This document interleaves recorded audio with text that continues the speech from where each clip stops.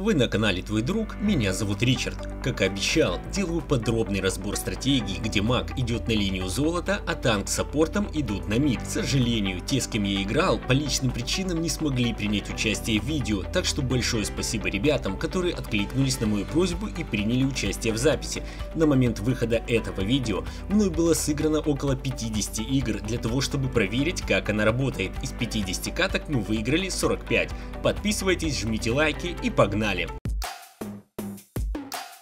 Начнем с того, что данная стратегия направлена в первую очередь на возможность основными силами команды получить больше фарма и опыта на старте игры, чтобы в дальнейшем получить большую критическую массу, о которой мы узнали из видео по макро и микроигре. Основной ошибкой многих игроков является то, что они часто считают, что если в игре только один кор, условный лесник, который и должен тащить всю катку, делать киллы, пушить башни и так далее. Это абсолютная глупость. Если вы сами так думаете, прошу досмотреть мои видео до конца, чтобы понять, что ход ваших мыслей не до конца верный. Чем больше героев с хорошим уроном у вас будет, тем лучше для вашей команды. Ваш темп игры, навязанный сопернику на старте, даст преимущество в золоте, а значит и в силе команды. Один герой игры не тащит, игра выигрывается всей командой. Запомните, дальше нам это пригодится. Суть в том, что на старте игры у нас сразу имеется 3 кора, а именно лесник, который фармится через лес, боец, который апает уровни на линии опыта, и маг,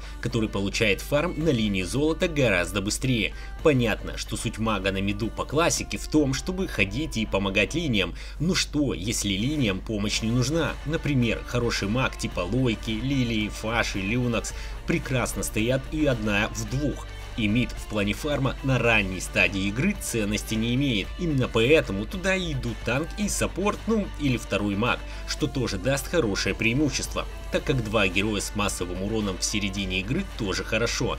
Да и в случае захода в ваш лес чужих героев, ваши мидеры смогут прийти и спокойно помочь ему в лице целых 2 героев, а не только одного танка. Логично? Логично. Танк и саппорт будут легко отзонивать от крипов вражеского мидера, что будет создавать ему хороший дискомфорт на старте. Если вдруг на мид придут танк с лесником, нам ничего не стоит просто отойти и все.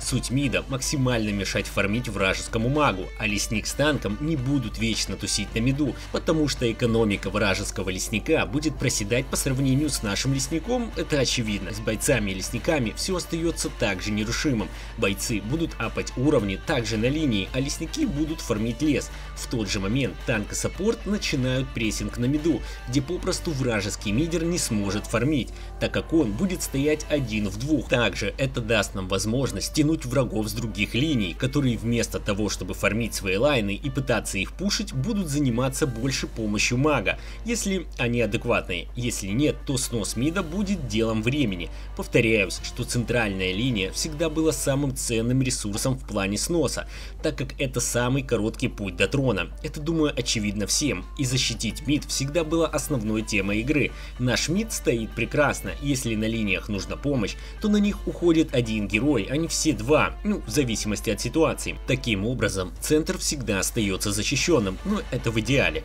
В ситуации 1-3-1, например, мид иногда становится открытым. Ближе к мидгейму мы получаем сильного мага, сильного лесника и бойца. Саппорты и танки не самые привередливые в плане фарма, так что все нормально. У соперников мы получаем слабого АДК или бойца, смотря кто пошел на лайн, недофармленного лесника, который бегал помогать то на мид, то на линии, фармил лес и старался их гангать. То есть у нас уже появляется хорошее преимущество, как на старте игры, так и в середине игры тоже. Единственный момент — это то, что маги слабые на пуш ребята, так что частично пуш линии золота ложится на плечи лесника. Именно частично, не полностью. Пушить магом никто не запрещал, ну это так, мало ли что. В чем отличие и преимущество данной стратегии от 1-3-1? Давайте разберем. При игре 1-3-1 у нас был танк, который бегал с лесником, помогая чуть быстрее фармить лес. Маг, который в гордом одиночестве не быстро фармил и бегал помогать на линии, если лесник был занят на другой. Стрелок или второй боец на линии золота, которому именно на старте игры апнуть уровни было важнее, чем пофармить.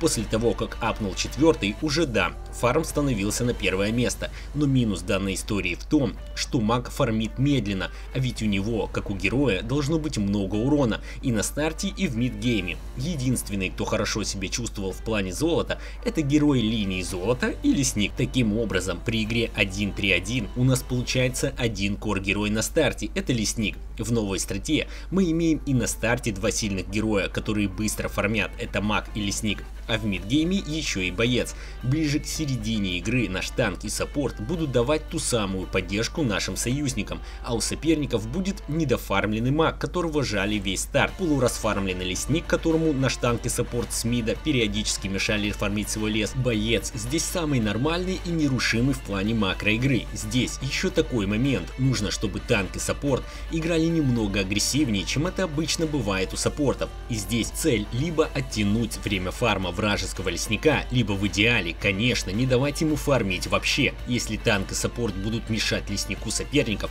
то у них просто не будет времени на то, чтобы еще и гангать кого-то. Но опять же, жертвовать собой не надо, цель именно увеличить время фарма чужого кора. Чтобы было понятнее, нужно бесить врага в лесу своим присутствием, чтобы у тех было постоянное ощущение того, что сейчас что-то будет, и его ценный ресурс в виде бафа или того же лесного монстра, или хотя бы желание отзонить соперника и вовсе его заберут. Также по стратегии, которую мы сейчас рассматриваем, можно понять, что главная цель — это дать команде 3 кора к середине игры, расфармить бойца, лесника и мага. В случае ганга боковых линий соперниками, герой, если он стоит один, уходит в глухой деф и ждет, когда он опять окажется 1 на 1 с врагом. Прыгать в толпу и огрызаться на лайне 1 в 2 или 1 в 3 дело крайне гиблое и глупое. Вас будут гангать по-любому, потому что один герой — лакомая цель для любого лесника, и в этой ситуации дефаться, когда кто-то приходит, самое разумное решение. Какие маги могут стоять против стрелков?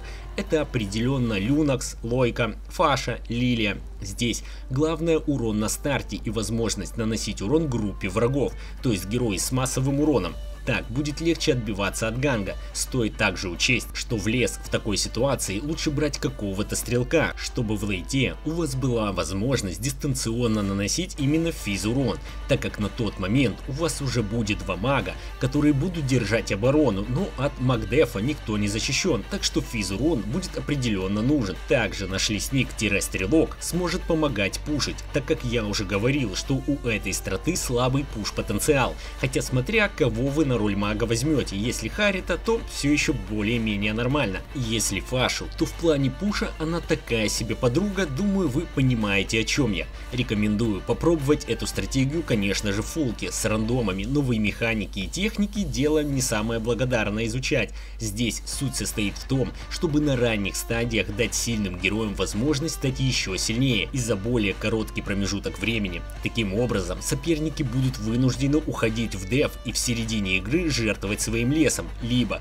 пытаться не давать стоять своей линии другим героям, что опять же ведет к тому, что пойдет потеря во времени и в фарме. Я не жду, что вы все как один пойдете ее тестить, моя главная задача была познакомить вас с чем-то интересным и новым, а для моих любимых экспертов из комментариев, которые не играли по этой стратегии, но все равно все знают, скажу, что стратегия, конечно, не имба, но мой личный опыт игры показывает, что до третьих мифов в фулке она работает очень даже классно. А если вы молодой капитан команды или просто игрок, которому интересны новые стратегии, то рекомендую присмотреться и попробовать. Все, что знал, рассказал. У меня в планах есть еще одна идея попробовать одну стратегию игры. Если под этим видео наберется 4 лайка и 4 комментария, то постараюсь сделать его быстрее. Хотя я там вроде обещал видео про вампиризм, так что подписывайтесь, ставьте лайки и счастливо!